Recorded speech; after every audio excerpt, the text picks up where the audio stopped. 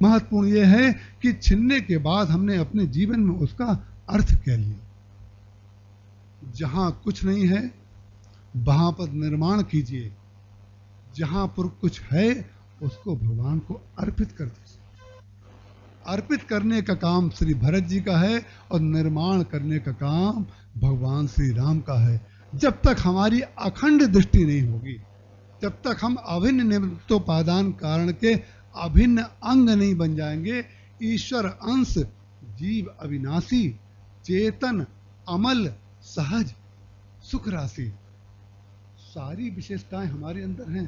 परम पूज्यपाद स्वामी श्री अखंडानंद जी महाराज, जिनको हम दादा गुरु कहते हैं, हमारे गुरुदेव ने उनकी परम पूर्ण कृपा प्राप्त की, उनका सानिध्य प्राप्त किया, और जो भावना महाराज श्री के उनके प्रति थी उसको कभी वाणी में लाया ही नहीं जा सकता। जब लाया जाएगा तो उसको कम किया जाएगा, अधिक नहीं किया जा सकता। उसका प्रतिपादन संभव ही नहीं है। जो हृदय की भाषा है उसको आज तक कोई लिख सका है क्या? उनके जीवन का संस्मरण है। एक सज्जन आए, उन्होंने कहा कि मैं ईश्वर को नहीं मानता। परम पूज्यपाद स्वामी जी ने कहा कि ईश्वर को नहीं मानते, भले आप बताइए, आप सिद्ध करिए ईश्वर है। तो स्वामी जी बड़े विनोद भी करते थे। ज्ञानी वो होता है जो अज्ञानी की बात में उसकी हंसी ना उड़ाए, उसके अंदर ज्ञान की प्रतिष्ठापना कर दे, उसी को ज्ञानी कहते हैं, उसी को पूर्ण कहते हैं। सुंदर उसको नहीं कहते हैं जो जिसकी किसी की तुलना में सुंदर हो।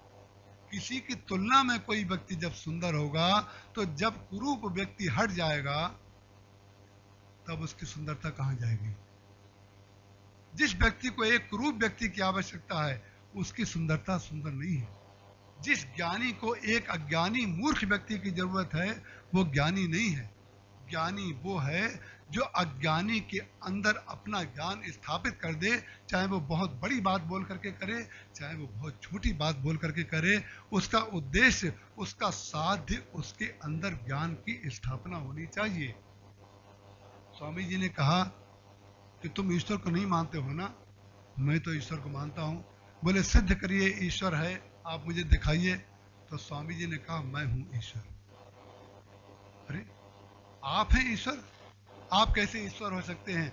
ईश्वर तो सृष्टि बनाता है, आप सृष्टि बना के बताइए। अब देखिए कितनी बढ़िया बात स्वामी जी महाराज ने।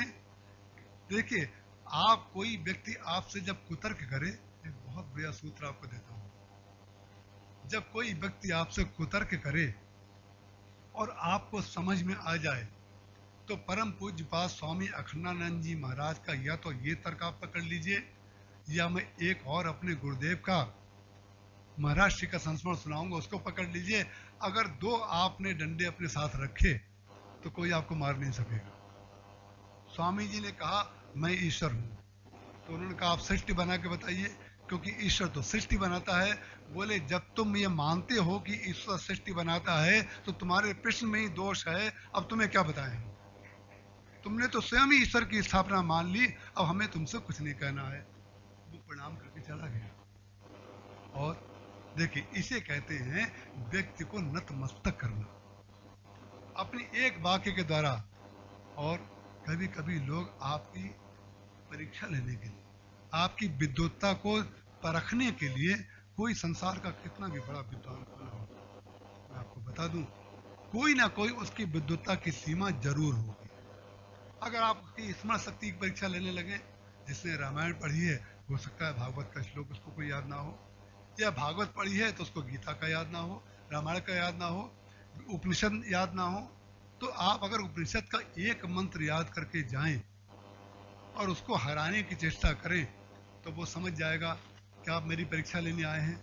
इलाहाबाद में एक सज्जन आए, महाराज श्री तरह तरह के तर्क वितर्क बहुत देर करते रहे। महाराज जी समझ गए कि जितनी देर में मुझे उत्तर देना चाहिए उतनी देर में तो इनके प्रश्न हुए हैं। माने आधे घंटे में जिसने प्रश्न किया है तो मैं उत्तर कब तक देता रहूंगा? तो महाराज जी ने कहा इस विषय में आपने भी कुछ सोचा होगा। तो उन्होंने कहा हाँ मैंने सोचा है। महाराज जी ने कहा वो भी बता दीजिए। तो आधे घंटे उन्होंने प्रश्न किया और आधे घंटे में उत्तर दिया। जब 1 घंटा पूरा हो गया तो महाराज जी ने कहा बिल्कुल ठीक सोचा है आपने, भैया इनको प्रसाद दो। बस अज्ञानी व्यक्ति को देखिए, ये मत बताइए आप अज्ञानी हैं, क्योंकि आपके ज्ञान दे देने से जो घड़ा भरा हुआ है उसमें कुछ नहीं आना है, उसमें कुछ नहीं आएगा। पूरे जीवन भर उसको समझाते रहिए लेकिन उसको नहीं समझ में आएगा। तो उसको क्या करें, कम से कम उसको जो पूर्ण तो था ही, हमने पूर्ण और कर दिया। हमने कहा वाह क्या बात आपने कही है, इससे बढ़िया चिंतन तो मैं भी नहीं सोच सकता, बहुत अच्छी बात कही, लोग इनको प्रसाद दो, बहुत देर हो गई बेचारों को जाए। वो उन्होंने कहा रोज कथा में आते थे और बड़े सामने बैठ के वाह वाह वाह वाह महाराज जी कथा में करते थे। महाराज जी जानते थे इस बेचारे को अगर अपने ही चिंतन को सुनाना था, उसको सुन लेने में हमारे पास से क्या जाता है। ये होता है दृष्टिकोण। और एक वो भी हो सकता है कि महाराज जी उनको डांटते, ये कहते क्या आप मेरी परीक्षा ले रहे हैं, और वो अपनी विद्वत्ता बखानना शुरू कर देते। अगर महाराज श्री ऐसा करते तो ना महाराज जी की विद्वत्ता सिद्ध होती, ना उसकी अज्ञानता सिद्ध होती। एक ऐसी वस्तु रहती जो भ्रम की सृष्टि करती, जो संध्या काल की सृष्टि करती, जो रज्जु में सर्प बनाती। केवल वही होता, और क्या होता। जब तक अखंड में स्थिति हमारी नहीं रहेगी, परशुराम जी महाराज, भेद जो होता है ना वो खंड के कारण होता है। परशुराम जी महाराज जब आए तो भगवान के रूप को देख करके इतने आनंदित हो रहे हैं, लेकिन उसके बाद क्या किया उन्होंने, देखे चाप खंड मही डारे। जहां उन्होंने अखंड से खंड को देखा, रामचरितमानस की गोस्वामी तुलसीदास जी महाराज की ये भाषा है, देखे चाप खंड मही डारे। और जहां खंड देखा, अखंड देखेंगे तो आनंद में चले जाएंगे, और खंड देखेंगे तो वो आनंद समाप्त होकर के हमारे अंदर द्वेष की सृष्टि करेगा। हे जड़ जनक धनुष का ही तोड़ा। देखिए अहंकार जब आता है ना तो सबसे पहले वाणी में आता है। जब व्यक्ति के अंदर अहम की सृष्टि होती है तो सबसे पहले जो है अहंकार वाणी में प्रवेश करता है। वाणी में प्रवेश क्यों करता है, वो निद्रा में क्यों नहीं चला जाता आदमी, नहीं। अहंकार का तात्पर्य है अपने को श्रेष्ठ बताना और दूसरे को छोटा बताना। जब तक अहंकारी व्यक्ति दूसरे को कष्ट नहीं दे लेता है तब तक उसको चैन ही नहीं पड़ता। अहंकारी का तात्पर्य, आप क्षमा करें, आप ऐसा ना समझ लें कि मैं परशुराम जी महाराज को अहंकारी बता रहा हूँ। ये तो केवल उस विशेष परिस्थिति का विश्लेषण हो रहा है जब मन पर उन्होंने वो प्रभाव तो स्वयं ही डाल दिया, मैं क्या करूँगा।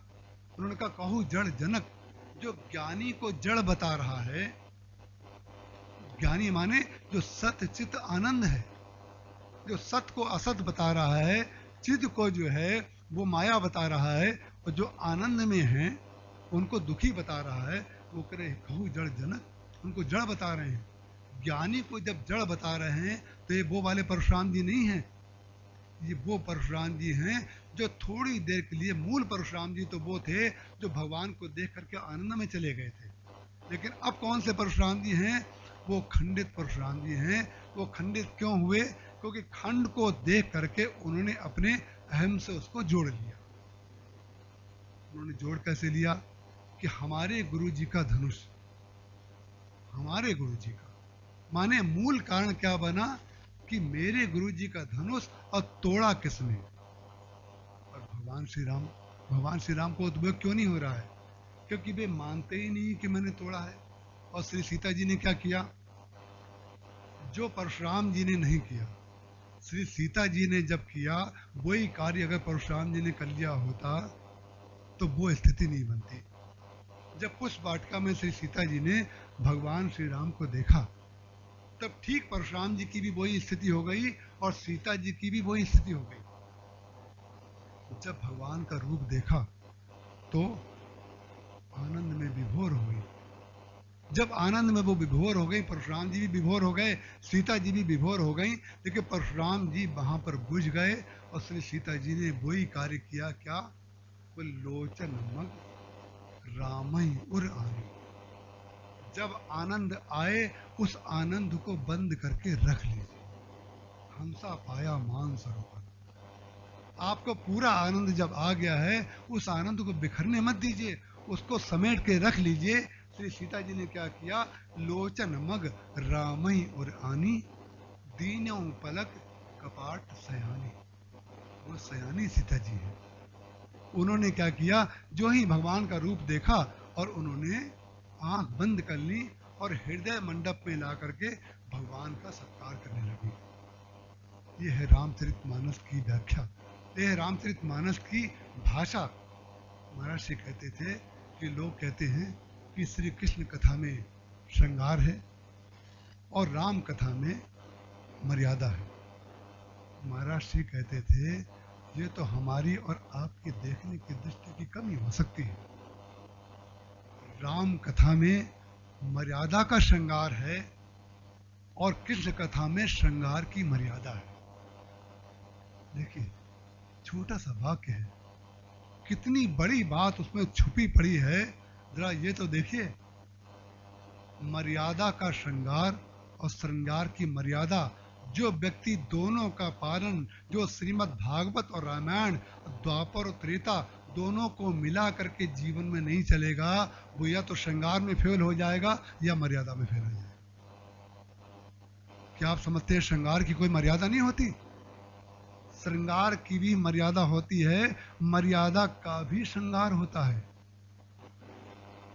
बहुत ही सूक्ष्म बात है। महाराज श्री तो ऐसी बातें मालिश करते करते, सेवा करते करते बोल देते थे। आप सोचिए, ना जाने कितनी ऐसी बातें हैं जो महाराज श्री ने कभी मंच पर बोली ही नहीं।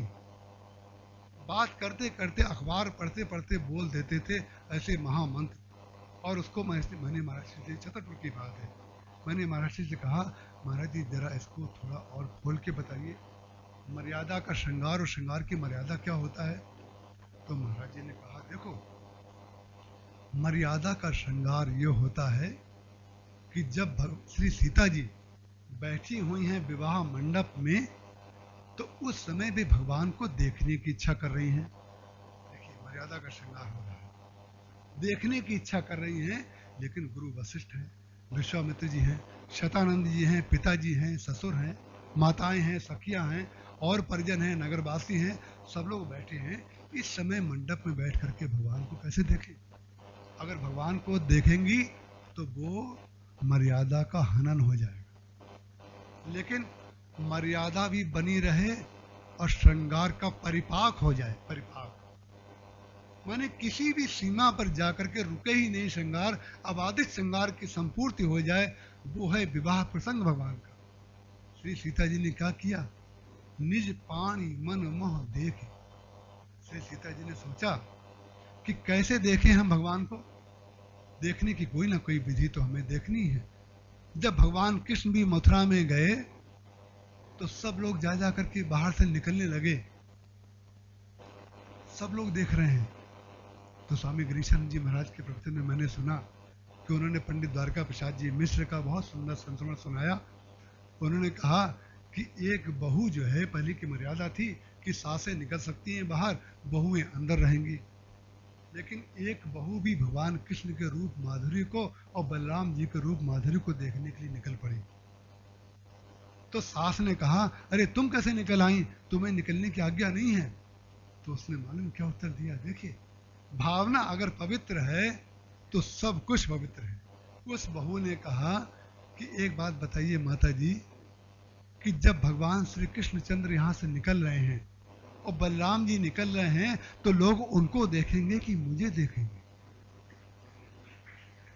लोग उनको देखेंगे कि मुझे देखेंगे? और जो लोग मुझे देखेंगे, मुझे उनकी परवाह क्यों होनी चाहिए? मुझे तो उनकी परवाह है जो देखने योग्य है।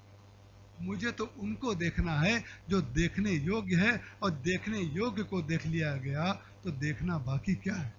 फिर कोई हमें देखता रहे, हम किसी को देखते रहें, ये इस प्रकार की लीला, इस प्रकार का श्रृंगार, इसमें मर्यादा है कि नहीं? बताइए, कितनी बड़ी मर्यादा इसमें छिपी हुई है। लेकिन हम जब शरीर की स्थिति से कुछ पढ़ते हैं, शरीर की स्थिति से देखते हैं, तो हमें कहीं श्रृंगार दिखाई देता है, कहीं मर्यादा का अतिक्रमण दिखाई देता है, कहीं श्रृंगार का अतिक्रमण दिखाई देता है, कहीं दुख दिखाई देता है, कहीं सुख दिखाई देता है, कहीं लाभ दिखाई देता है, कहीं हानि दिखाई देती है। वस्तुतः वो एक ही तत्व है, ना लाभ है, ना हानि है, ना सुख है, ना दुख है, ना मर्यादा है, ना श्रृंगार है। वो किससे श्रृंगार करेंगे और किससे अपने को छुपाएंगे? भगवान किससे छुपाएगा? आकाश अपने आप को किससे छुपा सकता है? कौन सा बच्चा ऐसा है जो माँ की गोद में पवित्र होकर के जाने की बात कह सकता है? कौन व्यक्ति ऐसा है, कौन धर्मात्मा, कौन ज्ञानी ऐसा है जो गंगा में स्नान करने के बाद जाता है? गंगा में जाने के बाद पवित्र हुआ जाता है कि पवित्र होने के बाद गंगा में जाया जाता है? पवित्रता तो वो है, पूर्णता तो वो है जो अपवित्र को पवित्र बना दे। ये जब तक हमारे अंदर ये अखंड दृष्टि नहीं आएगी, जब तक हम उस परिपूर्णता से पूरी तरीके से जुड़ नहीं जाएंगे, लगातार कभी भ्रम भगवान के बारे में करना निहायत अज्ञानता की बात है। आज श्री सीता जी क्या कर रही हैं? निज पानी भगवान को देखने की इच्छा है तो मर्यादा ये है कि आंख उठा के ना देखें, लेकिन आंख उठा के ना देखें इस मर्यादा का पालन भी सीता जी ने कर लिया और पूरी तरीके से उनको अपने बस में कर लिया। वो श्रृंगार की पराकाष्ठा भी सीता जी ने वहीं पर कर दी। कैसे कि उनके हाथों में जो मणियों के कंगन थे उनमें भगवान का प्रतिबिंब पड़ रहा था। जो प्रतिबिंब है उसमें जो बिंब को देख ले वही तो एकत्व है। जो प्रकाश दीवार पर गिरने वाले प्रकाश में जो सूर्य के प्रकाश को देख ले, जब सूर्य पर प्रकाश, जब दर्पण पर प्रकाश पड़ता है तो कभी कभी दर्पण के ऊपर प्रकाश जब पड़ता है और सूर्य का प्रकाश, तो सूर्य का प्रकाश जो है सामान्य प्रकाश है। दर्पण पर गिरने वाला प्रकाश दर्पण पर गिरने के बाद विशेष प्रकाश हो जाता है। क्यों? एक ही साथ एक दीवार पर प्रकाश पड़ रहा है सूर्य का, और दर्पण पर प्रकाश जब पड़ता है उसके द्वारा जो पुनर्प्रकाशित जो वस्तु होती है वो सूर्य से भी अधिक प्रकाशित होती है, लेकिन उसको विशेष प्रकाश कहते हैं, उसको बिंब कहते हैं, क्योंकि प्रतिबिंब कहते हैं। लेकिन इस बात का ध्यान रहे, विशेष प्रकाश जो है वो छोटा होता है और सामान्य प्रकाश बड़ा होता है। इसलिए बड़ा होता है कि सामान्य प्रकाश जो ही सूर्यास्त हो जाएगा तो विशेष प्रकाश जो दे रहा था वो भी अस्त हो जाएगा। लेकिन विशेष प्रकाश में हम देखें, उसका आनंद लें, उसका रस लें।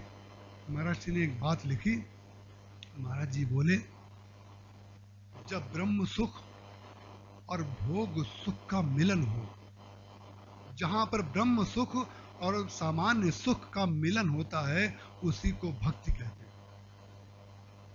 इतनी बड़ी बात है कि जहां पर ब्रह्म सुख और वस्तु सुख जो सामान्य सुख है जिसको वासना कहते हैं, उन दोनों का सम्मिलित एक जगह सम्यक स्वरूप जहां पर होता है उसी जगह पर वो अखंड स्वरूप बना रहे हमारा, उसको कहते हैं भक्ति। क्योंकि भक्त भी तो विषय का भोग करेगा, भक्त खाना भी खाएगा, रहेगा भी घर में, वस्तुओं का संग्रह भी करेगा, सब करेगा, लेकिन उसमें ब्रह्म सुख उसको कैसे अनुभूति होगी? लेकिन जो भी वस्तु का वो भोग करेगा उसकी ये अखंडता कभी समाप्त नहीं होगी कि ये भगवान का प्रसाद है। इसी को कहते तुम्हीं निवेदित भोजन करही प्रभु प्रसाद पट भूषण धरही। सारा का सारा उपभोग करते हुए भी वो भगवान उसी के हृदय में निवास करते हैं। भगवान श्री राम को जब वाल्मीकि जी ने 14 स्थान बताए तो उसमें ये पंक्ति भी कही, तुम्हें निवेदित भोजन करही। भोजन तो करो, भोजन करना तो भोग है, लेकिन निवेदित करना ये ब्रह्म ज्ञान है कि भगवान का प्रसाद है। ये सामान्य प्रकाश का प्रकाशित प्रसाद है, उसका प्रसाद हम लें, उसके प्रकाश में हम देखें भी, लेकिन ये ध्यान रखें कि अगर उसने प्रकाश ना दिया होता, अगर उसने वो वस्तु ना दी होती तो हमें इसमें से कुछ भी नहीं मिलता। जो वस्तु हमारी दिखाई दे रही है, और ये कब पता चलता है? जो भक्त होता है जो ज्ञानी होता है उसको बचपन से लेकर अंत तक इस बात का ज्ञान बना रहता है, लेकिन जो सामान्य व्यक्ति होता है वो जीवन के अंतिम क्षण में ये समझ पाता है कि हमसे बहुत कुछ छूट गया, लेकिन ये हानि में नहीं रहता है, उसको ये गिलानी भी उसको उसी क्षण परिपूर्णता में मिला देती है।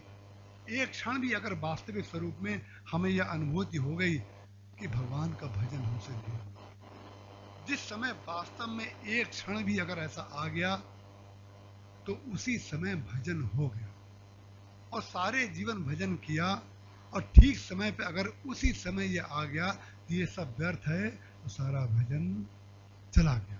महत्वपूर्ण बात यह है कि हमारी निष्ठा जो है अभिन्न निमित्तोपादान में रही कि नहीं, भ्रमित और परिणामी तो नहीं रह गई कहीं। भ्रमित और परिणामी अगर रहेगी तो हम भ्रम में ही रहेंगे या विकृति को प्राप्त हो जाएंगे। लेकिन जो महाराज श्री कहते हैं कि श्रृंगार की मर्यादा और मर्यादा का श्रृंगार, ये अभिन्न निमित्तोपादान का। कैसी विचित्र बात है, श्री सीता जी ने श्रृंगार की पराकाष्ठा कर दी। कैसे? वो जो मणि कंकण थे सीता जी के उसमें देखने लगी। क्या देखने लगी? भगवान का बिंब जो है प्रतिबिंब में देख रही, माया में ब्रह्म को देख रही हैं। जो दिखाई दे रहा है, जो प्रतिबिंब है, वो तो माया है ना। और माया में दृष्टि क्या है? देखने की इच्छा है तत्व को, और देख रही हैं तुम में, और तुम और तत्व का जो ऐक्य है उसी को तो असि कहते हैं। वो ही तो स्थिति है, और वही सीता जी ने असि पदार्थ को उसी समय ला करके दिखा दिया। कैसे? निज पानी मन मोह देख अति मूर्त स्वरूप निधान की। निज पानी में, अपने हाथ में। और हमारे जीवन के लिए संदेश क्या है? निज पानी मन मोह देख अति मूर्त स्वरूप निधान की, चालत न भुज बल्ली बिलोकनी बिरह भय बस जान की। डर रही हैं, काहे का डर है? इस समय क्यों डरना चाहिए? डर क्यों रही हैं? चालत न भुज बल्ली बिलोकनी बिरह, कहीं जो तादात्म्य हमारा उनसे हो गया है, जो हमें लगातार वो दिख रहे हैं, कहीं वो दिखना बंद ना हो जाएं। तैलवत निरंतर तैलवत घृतवत हमारी लिंक, हमारी इस भावना भगवान से जुड़ी रहे, उनका दर्शन होता रहे, दृष्टि हमारी कहीं भी रहे, भावना हमारी वहीं रहे। एक बार महाराज की डायरी में कुछ लिख रहे थे, लिखते लिखते नींद आ गई।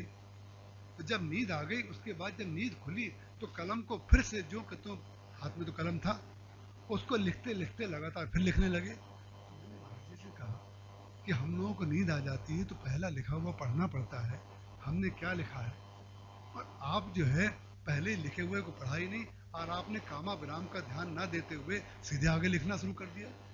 तो क्या आपको याद रहा क्या नींद में भी कि आपने क्या लिखा था पहले? क्योंकि आपने जो आगे लिखा है उसका तारतम्य पिछले से बिल्कुल जुड़ा हुआ है। महाराज जी ने क्या उत्तर दिया? ये बातें महाराज जी मंच पर नहीं बोलते थे, क्योंकि मंच पे अगर वो बातें बोलते तो महाराज श्री का ये प्रदर्शन होता, प्रदर्शन। लेकिन आज अगर मैं महाराज जी की बात ना कहूँ तो मेरी ये कृतज्ञता होगी। तो किसी को ज्ञान कराना भी तो जरूरी है, किसी को बताना भी तो जरूरी है कि सोते समय भी निद्रा को छोड़ करके जो सोता है वो कैसे लगातार जगता रहता है। महाराज जी ने कहा, बैठे सोते खड़े उताने, कहें कबीर हम वही ठिकाने। हम जब बैठे रहते हैं, सोते रहते हैं, खड़े रहते हैं, उताने रहते हैं, हम तो वहीं पे रहते हैं। तो हमें क्या सोचना है, पहले क्या लिखा था, आगे क्या लिखना है। जो लिखवाने वाला है जब वो लिखवा रहा है तो मैं कौन होता हूँ जगने वाला, मैं कौन होता हूँ सोने वाला। महाराज जी ये बातें जो है ना, ये वेदांत का, ग्रंथों का निचोड़ है सब। महाराज जी ने कहा श्रृंगार की मर्यादा और मर्यादा का श्रृंगार। श्री सीता जी ने कितनी बड़ी बात की, निज पानी मनमोह देख अति मूर्त स्वरूप निधान की, चालत न भुज बल्ली बिलोकनी बिरह भय बस जान की। बिरह ना हो जाए, कहीं भगवान से हमारा अविच्छेद ना हो जाए, कहीं हम उनसे विभक्त ना हो जाए, कहीं दूरी ना हो जाए। ये है श्रृंगार की पराकाष्ठा। और मर्यादा का श्रृंगार, मर्यादा के श्रृंगार में जहां पर आप और आपकी पत्नी, जहां पर श्रृंगार की पराकाष्ठा आप दोनों अकेले हों, वहां पर कोई व्यक्ति मर्यादा पुरुषोत्तम बन करके कहे कि मैं तो पत्नी का केवल मुख देखूंगा, उसका चरण नहीं देखूंगा, तो ये श्रृंगार की अवहेलना होगी या नहीं होगी? इस श्रृंगार की भी एक मर्यादा होती है, जहां पर श्रृंगार पूरी तरीके से बिल्कुल अविच्छिन्न होता है, बिल्कुल खुला रहता है, वहां पर किसी भी प्रकार की मर्यादा का ना होना ही मर्यादा है। कई बार भगवान कृष्ण के ऊपर अज्ञानी लोग आरोप लगा देते हैं, भगवान कृष्ण ने गोपियों का चीर हरण कर लिया। अरे चीर हरण जिसने किया उसी ने तो चीर से लाज भी बचाई। आप उस पंक्ति को क्यों नहीं पढ़ते? जिसने हरण, जिस समय उन्होंने हरण किया उस समय उन्होंने श्रृंगार की मर्यादा का पालन किया। जिस समय उन्होंने चीर के द्वारा जब द्रौपदी की लाज बचाई तो मर्यादा का श्रृंगार किया। श्रृंगार में मर्यादा, मर्यादा में श्रृंगार। भगवान श्री कृष्ण, उनके जीवन में कभी ऐसा कुछ हो सकता है जो उन्हें नहीं करना चाहिए? क्या कुछ ऐसा हो सकता है जो हम उनको बताएंगे? अरे वही तो साक्षात मर्यादा है, वही तो साक्षात श्रृंगार है। देखिए, एक होता है पागल खाना और एक होता है जेल खाना। जेल खाने में मर्यादा की प्रधानता और पागल खाने में अमर्यादा की प्रधानता। लेकिन हम ना तो पागल खाने में रहना पसंद करते हैं, ना जेल खाने में रहना पसंद करते हैं। हम कहाँ रहते हैं? हम अपने घर में रहते हैं। और घर में रहने का तात्पर्य है स्वस्वीकृत मर्यादा और स्वस्वीकृत स्वतंत्रता, जिसमें बाहर से भी कुंडी है और अंदर से भी कुंडी है। जब हमें बंद होना है तो हम अंदर से बंद कर लें, जब हमें बाहर निकलना है तो हम बाहर से बंद कर लें। इसको कहते हैं संतुलित दृष्टिकोण, संतुलित जीवन। इसमें हानि, लाभ, श्रृंगार, मर्यादा का कोई प्रश्न ही नहीं उठता है। भगवान तो सर्वव्यापक, आकाश की तरह सर्वव्यापक हैं। उनको न लाभ, न हानि, न सुख, न दुख। लक्ष्मण जी महाराज ने यही निषाद राज से कहा, जागे हानि लाभ कछु तिम प्रपंच जिए जोए। अरे कर्म प्रधान विश्व कर राखा। जिसको दुख हो रहा है उसके कर्म का परिणाम होगा। जो भगवान श्री राम से सीता जी के जीवन में कहीं दुख का लवलेश भी नहीं आ सकता। ये लक्ष्मण जी महाराज की अभिन्न निमित्तोपादान कारण के साथ निरंतर तादात्म्य के कारण ये दृष्टि प्राप्त होती है। इसके बाद की चर्चा मैं कल करूँगा। बोलिए सियावर रामचंद्र भगवान की जय, उमापति महादेव की जय, पवन सुत हनुमान की जय, गुरुदेव भगवान की जय। जय जय सीताराम।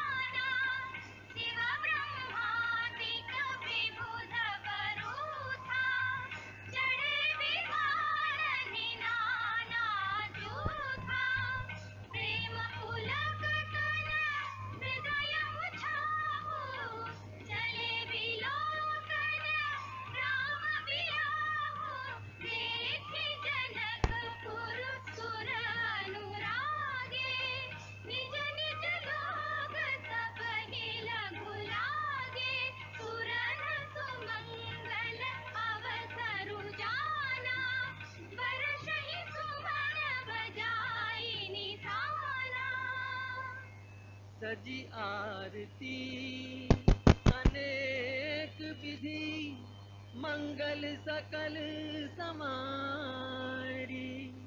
चली मुदित परिछनि करल, गज गामिनी बर नारी।